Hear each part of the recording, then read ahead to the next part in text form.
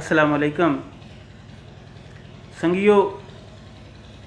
खूह ते थिगड़े दुनिया बीबियां दी एक गल अज मैं तुहानूं सुनाउण लगा सी, जिहड़ी बड़ी चस्के वाली भी है, बड़ी मत वाली भी है। तुसीं सुण सोगे तो चस सी संगियो।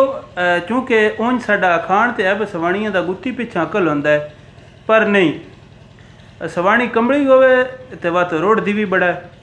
तो जे कदी टबरी चंगी होवे तो इस तो सियाणा वजीर होर जान तो कोई नहीं। हुण मैं खूह ते बीबियां खालां ते खूहां ते रल के बह के इकट्ठे थिगड़े दुनिया ते वत उत्थे पिंड दे सारे मामलात बड़े वो गल्लां करदियां, बड़े डिस्कस हुंदे हन। हुण पिंड ते बीबियां खूह ते इकट्ठियां बह के कपड़े धोनियां पियां ते एक पुछया दूजी कोलों, दस खां रातीं के कोई रिद्धा पकाया आई आ? उस आख्या नी बलिए मैं तो महीना पहलो खीर रिद्धी आई, अजा वो ही पिखांदीस। उस आख्या वेख आ केडी मौजी गई, मैनू नित पकाउणा रिन्हना पौंदा है, ये महीने की वेली आ। वो सवेरे गई तो उस भी खीर रिन के टोकरे हेठां च धरी। वो दूजे दड़े डिगरी नो खराब हो गई।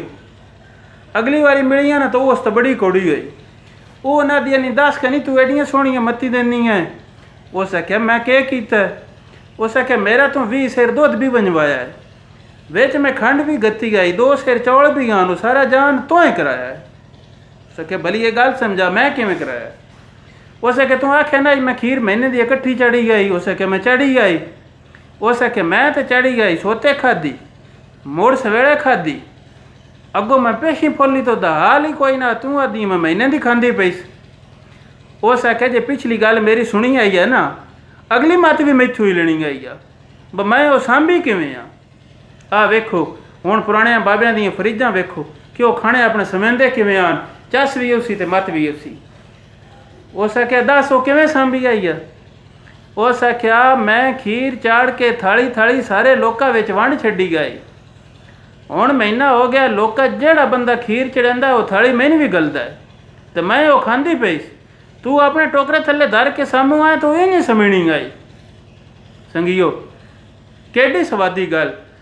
और वेखो साडे बाबे साडे वडके अपनी शई अपने खाने बाज फ्रिजो किवें महफूज करदे हन, किवें समझदे हन। संगियो वो अपनी मिठास अपना मिठा पूरे लोकां च वंडदे हन ते वत पूरे लोकां दियां मिठाइयां ते श्रेणियां उन्हां दा मूँह मिठा करिंदियां हन।